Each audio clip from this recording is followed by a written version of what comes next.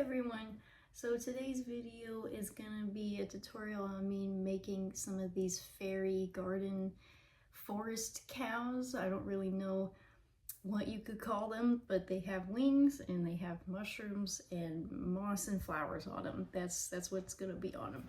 So I already have the cows made and everything. They're just white blank cows, and we're gonna go through the process of me decorating them and sculpting the mushrooms and what I use to make their little fairy wings and everything like that. So enjoy the video of us sculpting these together and just talking about it. So I'm gonna just multitask because I'm just so good at that. I'm gonna put some moss on these little cows, and I'm using this dark forest green color. I love this color. It's so pretty, and it just looks so like foresty. So that's what I'm gonna do, and these are gonna be little moss patches, so I'm gonna roughen them up a little bit so that they look textured. So I'm just gonna put these in some random spots on him. So I put a few little spots on him, and this is how I like to just do like a moss texture or grass texture, I guess. It's just a bunch of dotting over and over again. But the end result is really good. It pays off. It's worth it. And now the little wings are done, so we're just gonna take them out. They're completely hardened now. They're not sticky anymore, which is good. And I have to actually use a sanding file. Where did I put my sanding? All right, we found it. So I just do this on the edges because there's always like a line of resin that gets kind of crispy, and so we're just gonna shave that off there like so real quick. And then I like to stick them down in the clay to remind me where it is that each wing is gonna go. So for these wings, there's, I don't know if you can tell, but little grooves and then a flat side.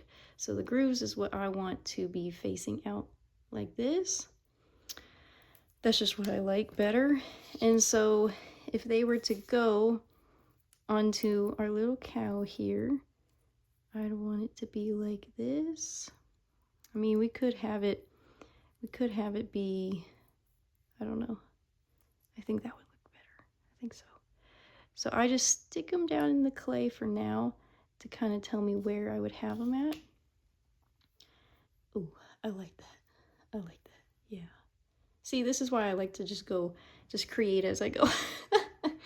Now, it doesn't work all the time, of course, but when it does, you're just like, oh yeah, that was a good idea. So I'm gonna set that to the side and then fill up our next color. And we'll do blue this time, I think. I could, of course, make each butterfly wing the same color and just do the exact same thing for each cow, but I just always, we'll get that in a minute.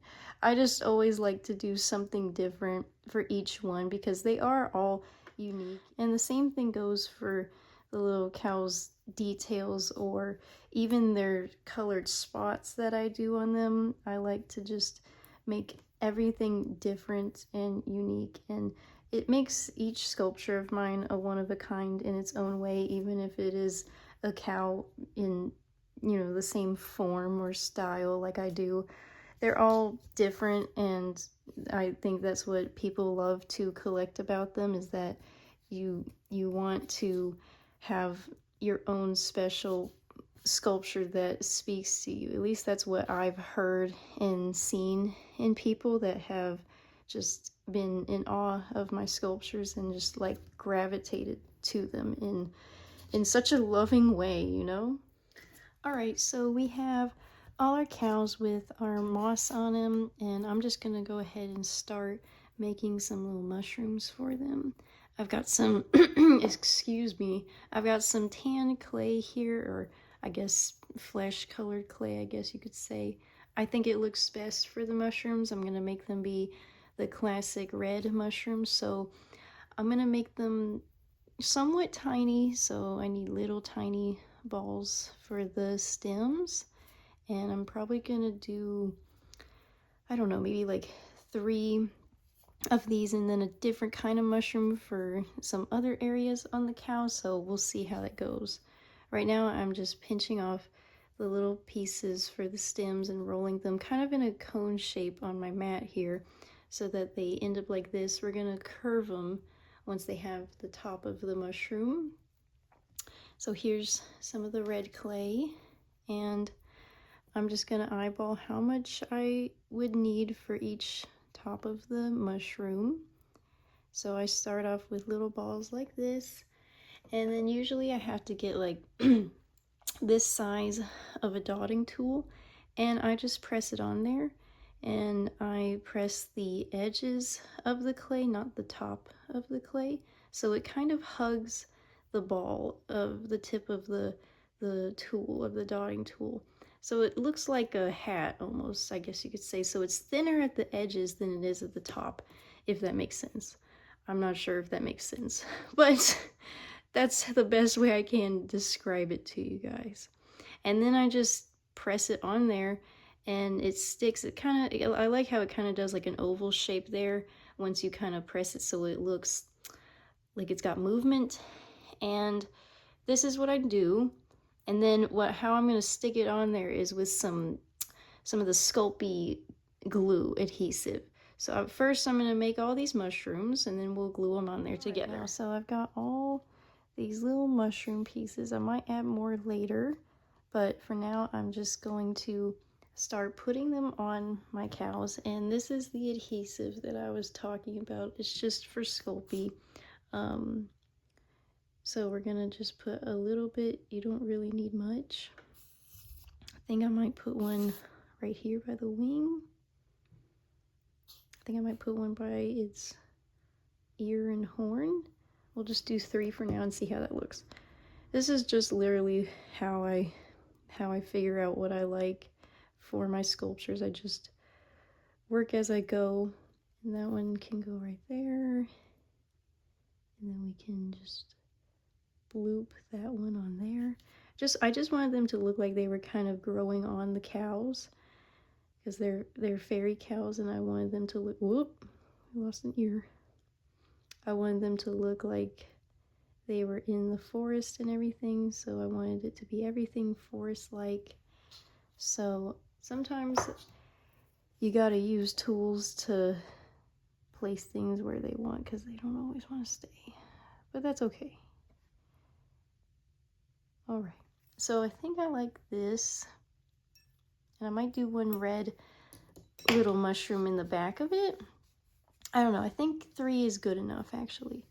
And I'm gonna dot them with paint for their white spots after they're baked, because right now I feel like if I were to put clay on that, that would just be too much pressure on each little mushroom. And sometimes I like the way that paint looks. It has a flatter look than clay on top of clay, kind of like how this is clay on top of clay. It makes it look thicker and like it's actually on top, which is what I was wanting for the moss. But sometimes certain things I don't like how it looks like it's laying on top of it, so that's why I'm going to do white paint for the mushrooms instead later.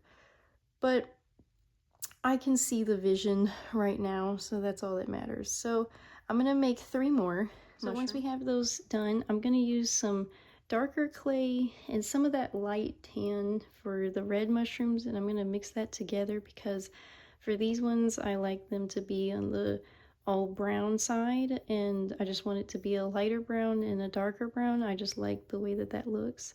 I don't want the mushrooms to be super similar. I just feel like that wouldn't look right. So this is what I'm gonna do, make a little bit lighter shade of brown, and then we're gonna roll them out the same way we did the other ones and then put them on our cows. Okay, so I got all those made, and let's see, I think I might have 2 for each cow. I think that's the way it would look good to me. I might do one right here to kind of stand out and give it some attention, I guess you could say.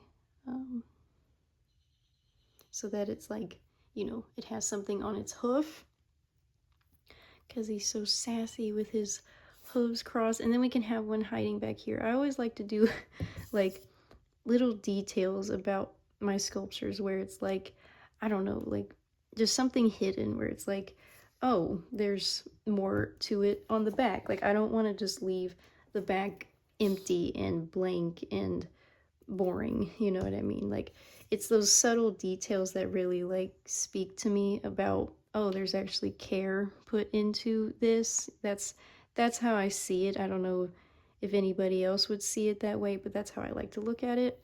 So I'm just gonna put 2 on each, and I think that should be enough for the mushrooms. And then after the mushrooms, I'm gonna start to put some little flowers, and I'll show how I do the flowers. They're super easy and not hard to do at all. So yeah. Okay, so I've got some pink and yellow clay that I'm gonna do the flowers as. I just like to do yellow and pink. I think it looks more foresty. I don't know, I just like the colors contrasting together. So what I'm doing is I rolled my clay out into a little snake, and then I just basically stamp or cut little pieces off of the roll of clay to make the flowers. And I just like to get the balls of clay already ready so that it's easier, and it's kind of all the same size. It doesn't have to be perfect, but that's what works for me. And then we're gonna put them on the cows. So for example, I just start by putting them in random places, sometimes next to each other, because I like to imagine that they're cluster of flowers. It doesn't, to me, they don't look like individual flowers. It looks more like how a patch of flowers would look out in nature. So that's the way I see it. Maybe not everyone else sees it that way, but this is just what works for me and what I like. And then I just add some yellow into it, kind of like how wildflowers all grow together. That's the way I imagine it. All right, so here I have the yellow and the pink clay. I like to dot them by the moss because I feel like that's where they would be in nature. So I'm doing the same dotting technique as I did for the moss, and I just patch it down next to the moss and everything, and just kind of spread them out as I go to make them look a little bit wider. So the clay kind of goes a farther distance than you would think, and I like to do them next to each other. I think they just look so cute, and yeah, super easy, and it just adds a little bit of something different rather than just the moss. All right, so we have all our flowers, our moss, and our mushrooms on our cows. So the last step that I do is some indentions for their tails. I usually do this at the last step so that I don't mess them up during the decorating process. And I just like to use this really pointy tool to make some lines on their tails to kind of look like some fur.